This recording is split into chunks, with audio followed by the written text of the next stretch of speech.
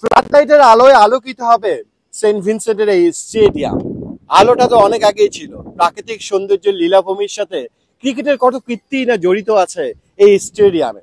Ernst ভ্যালিতে বাংলাদেশের প্রাপ্তির খাতা কিন্তু অনেকটাই পূর্ণ। সাকিব আল হাসানের শুরু হয়েছিল অধিনায়কত্বের এখানে, কিংবা মাশরাফি সে 2009 সালে ঐতিহাসিক ইনজুরি, সবটা সাক্ষী এই স্টেডিয়াম। অপরূপ সুন্দর এই স্টেডিয়াম দেখে আপনি মুগ্ধ না হয়ে পারবেন না। সমুদ্রের কলতান কান পাতলেই শোনা যায়, নগর করা জাহাজ, পানির গর্জন আর সবুজ, এ যেন শিল্পীর তুলিতে আঁকা কোনো ছবি।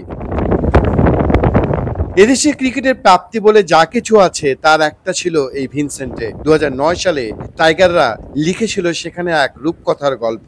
সেবার এই মাঠে ওয়েস্ট ইন্ডিজকে টেস্টে হারিয়েছিল বাংলাদেশ, যা ছিল দেশের বাইরে সাদা পোশাকে বাংলাদেশের প্রথম কোনো জয়। ক্যারিবীয়দের হারায় 95 রানে। এরপর অবশ্য গ্রেনাডায় ক্যারিবীয়দের আবারও হারিয়ে সিরিজটাও জিতেছিল টাইগাররা। সে অবিস্মরণীয় ঘটনার দুই সাক্ষী সাকিব আল হাসান, মাহমুদুল্লাহ রিয়াদ। আরও একবার লাল সবুজের স্বপ্ন সারথি হয়ে সেন্ট ভিনসেন্টে এবারও আছেন তারা। সাকিবের কাছে সেন্ট ভিনসেন্ট আরও স্পেশাল, তার অধিনায়কত্বের হাতে খড়িটা হয়েছিল এখান থেকেই। আর্নেস্ট ভেল ক্রিকেট গ্রাউন্ড ওয়েস্ট ইন্ডিজের আলোচিত স্টেডিয়ামগুলোর একটা হলেও এখানে আন্তর্জাতিক ক্রিকেট গড়ায় না প্রায় 1 দশক ধরে। সবশেষ এই মাঠে নেমেছিল বাংলাদেশ। এত বছর পর আবারও সেই টাইগারদের দিয়েই ফুরাচ্ছে আর্নেস্ট ভ্যালির অপেক্ষা। 2014 সালে বাংলাদেশ এবং ওয়েস্ট ইন্ডিজের মধ্যকার টেস্ট খেলা হয়েছিল এখানে। এরপর ফের বাংলাদেশ নেদারল্যান্ডস ম্যাচ দিয়ে এই মাঠে ফিরছে আন্তর্জাতিক ক্রিকেট। এবারের বিশ্বকাপে আরো 3টা ম্যাচ হবে 15,000 ধারণ ক্ষমতার এই স্টেডিয়ামে।